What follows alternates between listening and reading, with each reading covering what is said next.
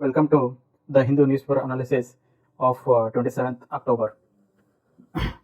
Guys, it is my kind request for all of you that you should never stop reading the newspaper.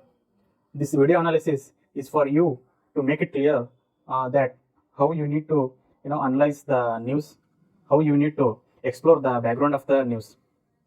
So my intention is not to replace this video with the newspaper. Rather, it is to help you to complement along with reading newspaper. So once you watch the video, you must read the newspaper by yourself. Of late, you can see that in UPSC prelims exam there will be a CSAT paper, that is General Studies 2, where you will have to understand the passage and answer them. So to develop that comprehension ability, you need to read the newspapers. You need to improve your vocabulary. You need to comprehend the passages or the editorials that help you to develop that comprehension ability. So it is my kind request for all of you to compulsorily read the newspaper. Okay, let's get into the news analysis of today. So here you can see there is a news about 8 former Navy officers of India. They have got death penalty in Qatar. So this news is not important for our exam point of view. Rather, we need to know about the Qatar, where it is located, what are its geographical boundaries, and all. So let's study its geography. So here you can see in this figure that Qatar is located over here. Doha is its capital. This Qatar is located in Persian Gulf, and the Doha is actually bordered by surrounded by Saudi Arabia on one side, and on other three sides it is surrounded by this Persian Gulf. The Persian Gulf is bordered by various countries such as Iran, Iraq, Kuwait, Bahrain, Qatar, Saudi Arabia, as well as UAE.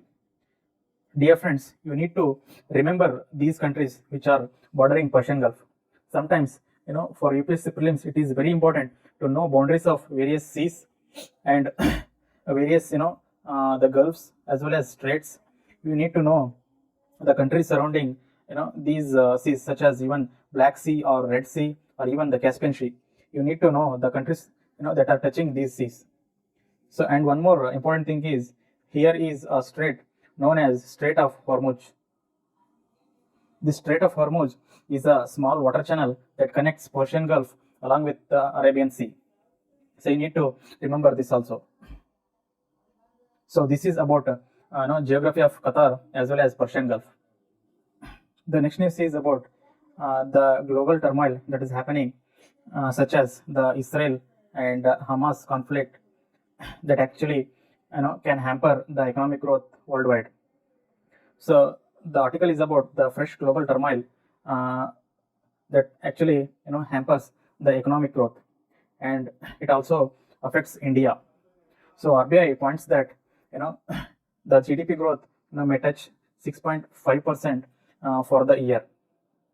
So let's understand what is actually GDP is.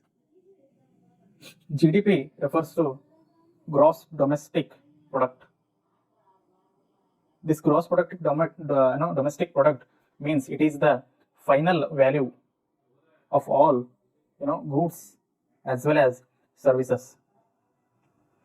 This GDP is the calculation of the value of all the goods as well as services which are already processed or value added, and they are finally available to the consumers. So this is the total final value of goods and services that is called as gross domestic product.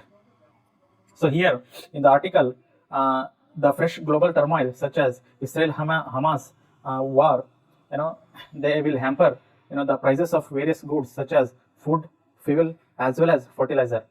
As we all know, India is highly dependent on the crude oil as well as certain food crops as well as fertilizer from various West Asian countries as well as Central Asian nations. So this turmoil leads to the inflation of these goods such as food, fuel, as well as fertilizers. So when the import cost is increased, that will lead to inflation in our country, which is also known as imported inflation. We need to remember this word as imported inflation. When the imported commodity is very high in price, that will lead to the domestic inflation, which is called as the imported inflation. So when the prices of these goods increases, it will have repercussion on consumers for food as well as fuel, as well as even the fertilizer. When the cost of fertilizer is increased, it will affect our farmers also. And in this article, you need to know about one more keyword, which is mentioned as inflation. The word inflation means when the prices of goods and services that increases constantly at a particular rate is called as inflation. The inflation can be caused due to various reasons, such as demand pull inflation or even the cost push inflation. The demand pull inflation is nothing but when there is a higher demand than the supply of a particular goods or services, that is known as demand pull inflation. And when the production cost of a particular commodity increases, that becomes cost push inflation. You need to remember these terms. The next news is related to the ethics committee. So let's understand what actually is an ethics committee. So the ethics committee, it was origin in the year 1996, where the presiding officers conference, they suggested ethics panel for both the houses. And then in the year 1997, ethics committee was constituted in the Rajya Sabha, as well as even the committee of privileges has recommended the Lok Sabha ethics committee. Also in the year 2015, this ethics committee became a permanent part of Lok Sabha, and the total members of this committee is actually 15, and the members are appointed by the speaker, and their term is for 1 year. And the functions of ethics committee are to examine every complaint relating to the unethical conduct of a member of Lok Sabha referred to by speaker, and they will make recommendations regarding this unethical conduct. Also, they will formulate a code of conduct for members, and they will suggest amendments or additions to code of conduct from time to time. So you need to know that there is another committee known as privileges committee in both Lok Sabha as well as Raj Sabha. So what actually is the difference between ethics committee and privileges committee is the ethics committee that deals with the unethical conduct, and this ethics committee can even interrogate a non-MP, whereas privileges committee is related to the inquiry of breach of privilege of a member or even the entire house, and this privilege committee can only inquire a sitting MP. So this is the difference between the ethics committee and privileges committee. So the content of the article is not of much use for our exam. So what we need to know is about the ethics committee and how it is different from privileges committee. So the next news is it's about the green hydrogen. So the news is India's green hydrogen move, it may worsen pollution if steps are not in place, says a study. First, let's understand what actually is this green hydrogen, and then let's study national green hydrogen mission. The green hydrogen refers to the production of hydrogen gas by using the renewable source of energy. So this hydrogen itself is produced by this renewable source of energy, so that there is zero carbon emission. So this is called as green hydrogen. And also there are various other kinds of hydrogen, such as the gray hydrogen, where the hydrogen is produced using natural gas or the fossil fuels. And there is blue hydrogen, where the hydrogen is generated, but the carbon which is produced as a byproduct is actually captured, so thereby reducing the pollution. As well as there is another term known as yellow hydrogen, where the hydrogen is generated through electrolysis using solar power. So this is yellow hydrogen. And there is another term known as pink hydrogen, where the hydrogen is generated through electrolysis using nuclear energy. So these are all the various types of hydrogen. So you need to know about this, as this is a current news or even the burning news, as India is aiming for National Green Hydrogen Mission. So this becomes important for our exam. Let's see what actually is National Green Hydrogen Mission. This mission about the green hydrogen production is to incentivize the commercial production of green hydrogen and make India a net exporter of the fuel. And this mission will facilitate the demand creation, production, utilization, as well as the export of green hydrogen. And there are two sub schemes under this. One is SITE, known as Strategic Intervention for Green Hydrogen Transition Program, where under this scheme the government will fund the domestic manufacturing of electrolyzers and produce the green hydrogen. And another sub scheme is the green hydrogen hubs, where the states as well as regions which can actually support this large scale production and utilization of hydrogen, they will be identified and they will be developed as green hydrogen hubs. And the objective of the mission is to produce the hydrogen up to 5 million metric ton per annum, and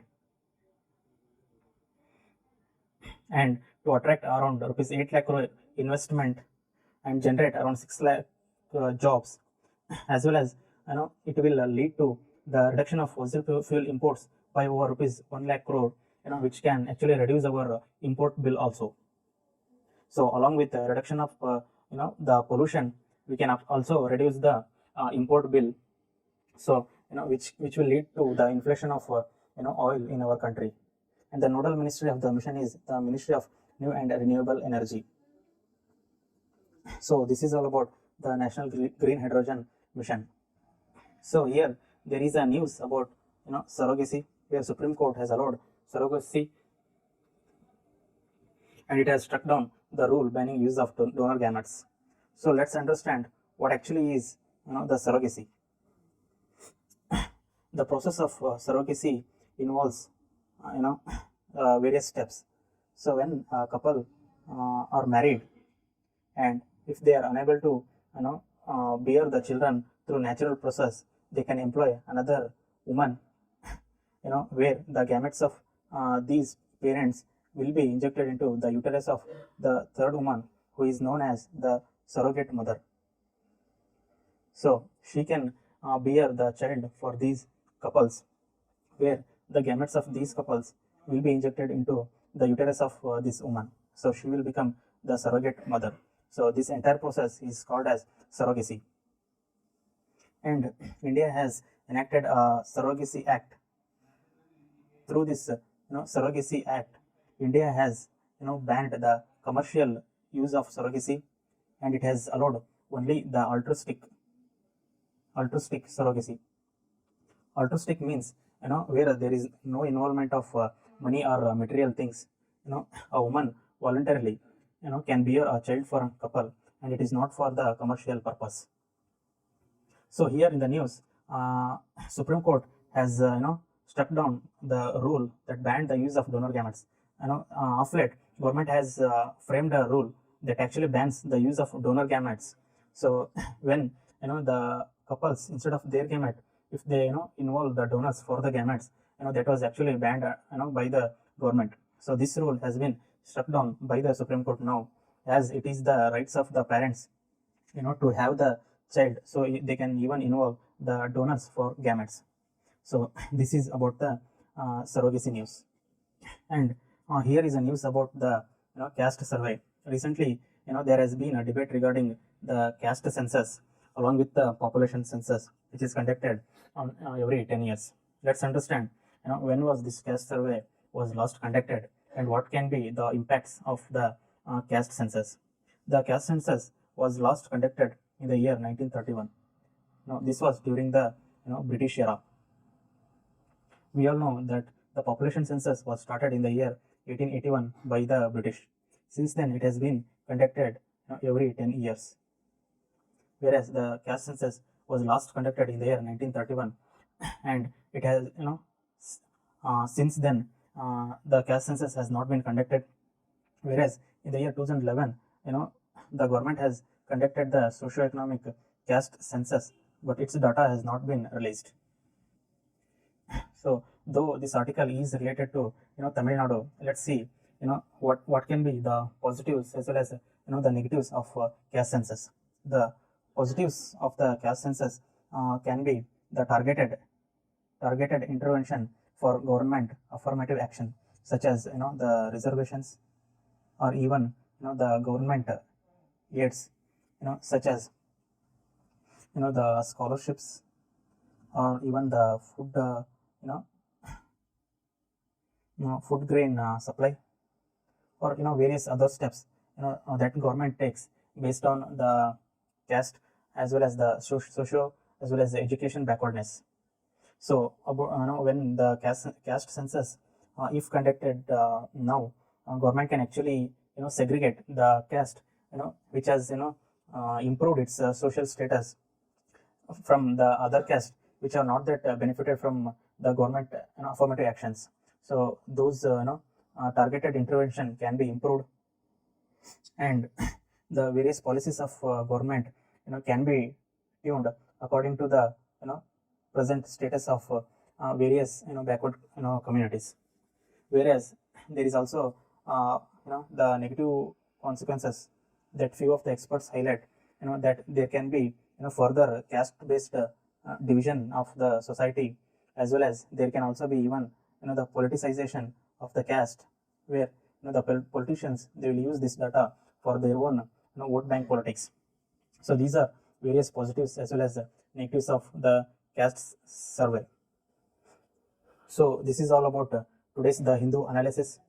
My friends, it is my kind request for all of you, if you like this news analysis video, please like, as well as if you are not subscribed, please subscribe to our channel and share it to others. Your likes will motivate me to work further, to give you the better analysis, as well as come up with new the initiatives as well. So it is my request for you to please like, as well as if you want any further improvements in my this video classes, if you have any particular suggestions, please write to me in the comment section, and please don't forget to like the video as well as share it to others. So thank you very much.